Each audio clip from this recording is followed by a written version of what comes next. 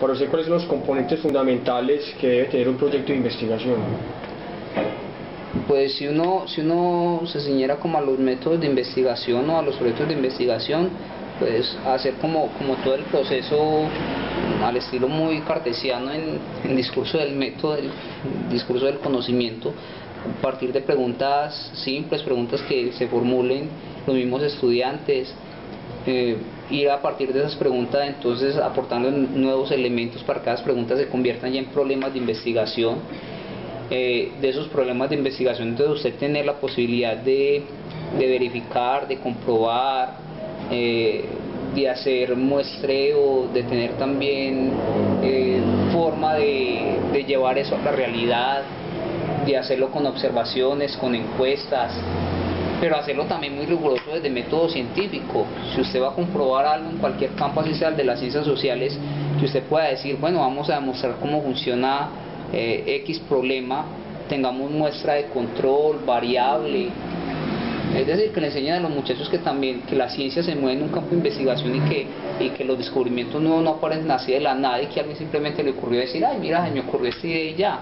No, son procesos muy largos de investigación, mostrarles procesos donde un docente se coge un proyecto y son 10 años, 20 años en torno al asunto y finalmente muestra un resultado.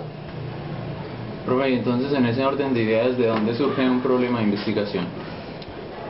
Yo creo que todos los problemas de investigación van ligados con necesidades del ser humano, van ligados a la necesidad de mejorar condiciones de vida, de esas condiciones de vida también darle calidad en aspectos que no necesariamente son económicos o funcionales o prácticos.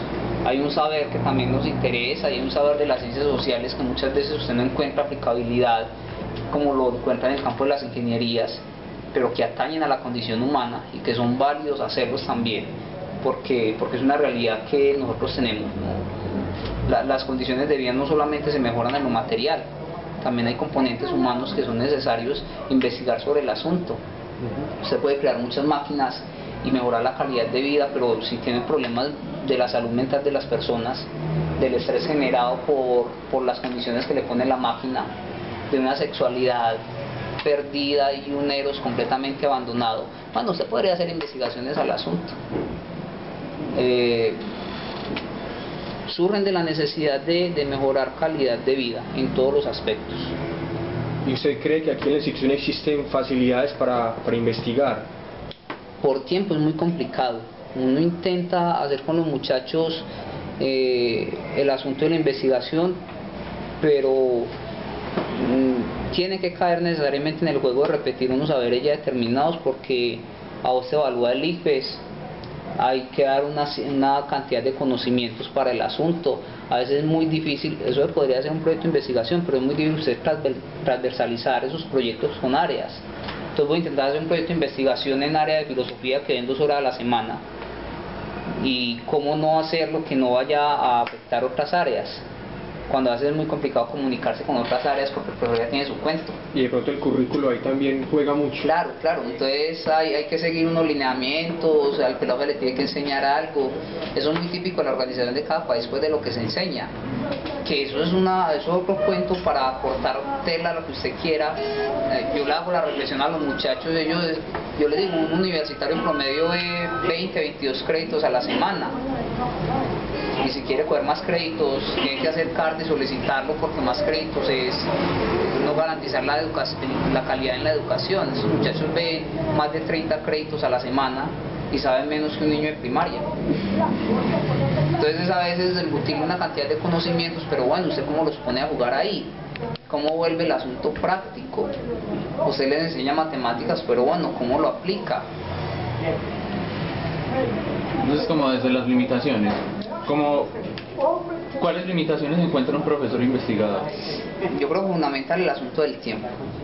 Es muy complicado en el asunto del tiempo, y más en estructuras de este colegio donde los muchachos es una planta física para tres colegios. Desde la mañana, empate en la tarde y despache rápido porque sigue la noche. Entonces usted no tiene espacios, son espacios que se reducen solamente al trabajo que puedes hacer con ellos en el salón de clase. y son espacios también muy limitados por, más que tiempo, por las condiciones propias del colegio. Entonces no hay un buen laboratorio para hacer proyectos de investigación en el campo de las ciencias, es muy complicado. A veces intentamos y lo logramos sacar, pero la salida termina en eso, en la salida, y ya usted puede profundizar más adelante, también muy difícil hacerlo. Entonces a veces para uno como profe en el colegio, que usted no le dan la carga completa y que no te van a decir, bueno, le vamos a dar una hora para que usted sea investigador, presenta a final de año un proyecto de investigación, le damos tanta plata, organice con sus estudiantes, mira a ver qué se le ocurre. No. Que terminan siendo feria de ciencia en los colegios, que es donde se muestra medianamente procesos de investigación. Nada, lo que siempre se muestra tradicional. Hace algunos años se Colcar. Ahorita que es problemas ecológicos, pero son cositas de clase pues. Pero cosas que el pelado haya construido porque el profesor le dieron una hora para investigar con ellos y si va a haber un área que sea investigación, no. Preguntan al muchacho si sabe investigar, no. Si sabe que es método deductivo, inductivo, cómo aplicar análisis, cómo leer o trabajar encuestas, muy complicado. ¿Y qué consejo nos daría a todos los maestros en formación? ¿Qué consejo?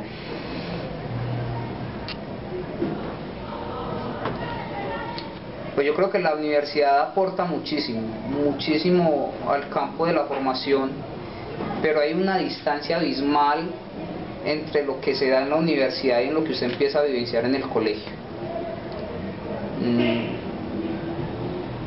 Yo no sé hasta qué punto vale la pena confesarlo acá, pero yo nunca he sido partidario, o nunca me ha gustado el asunto de pedagogía.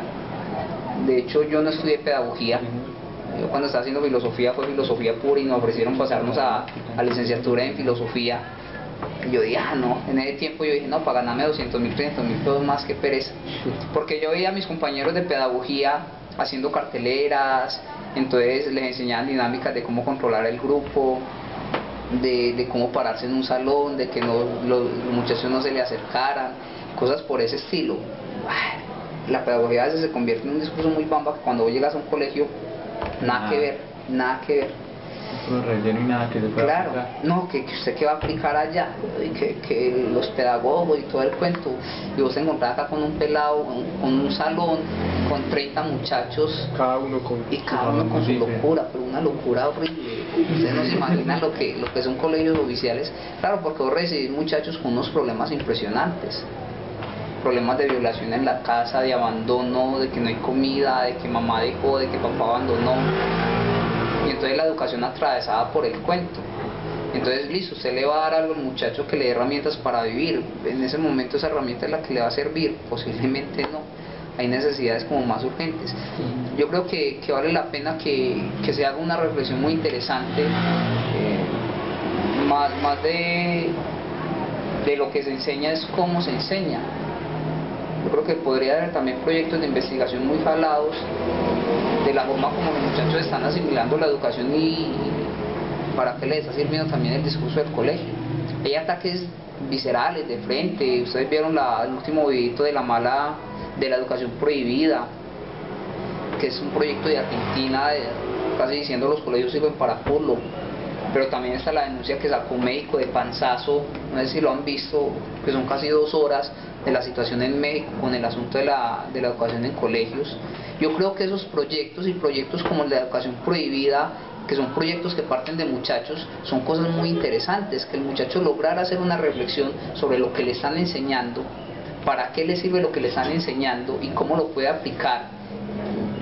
Ojalá los proyectos de investigación empezaran primero haciendo una reflexión sobre el propio saber de la educación, sobre el mismo cuento de la educación, no sobre áreas específicas, y no, bueno, reflexionemos qué aprendemos en este momento y eso para qué sirve, y eso con qué se va a comer. Yo creo que sería un aporte muy valioso al cuento de la educación, y la universidad podría aportar pues mucho en ese campo.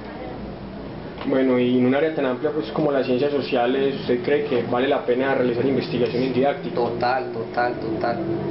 Pues a veces uno se escuda en que se mete a las ciencias sociales porque no maneja matemáticas.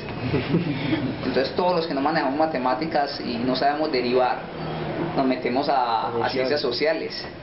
porque hay una distancia muy grande en esos dos aspectos, pero las ciencias sociales llevan un método de investigación que es un método netamente científico. Yo creo que uniendo la pregunta anterior con esta, hay que formar en las dos áreas, es fundamental. Estamos en una deuda muy grande que nos hubieran formado en el campo de la estadística, en el campo de la matemática, en el campo de los conocimientos básicos de la física, de la astronomía, de las leyes elementales o de todo el discurso biológico.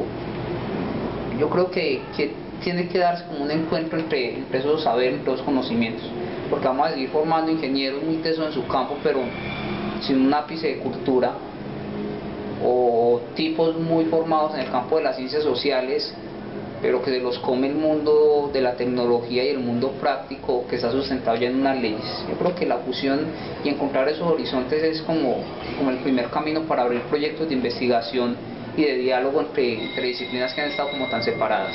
Exacto, como derribar esas barreras Sí, que siempre hay históricamente, que las ciencias sociales por un lado y las ciencias naturales exactas por el otro. Ciencias fuertes, ciencias débiles, no, hay muchos campos y hay personas que se han venido del campo de las disciplinas de la naturaleza y le han aportado mucho al campo de las humanidades.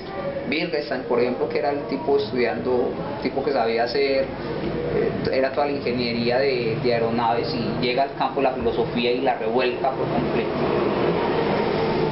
Eso es importante fusionarlo desde ahí, y desde ahí empezar a generar proyectos de investigación, que también sería una alternativa muy interesante. Bueno, profe, muchísimas gracias. Con gusto, espero les sirva. Reflexiones un viernes a las 5:30.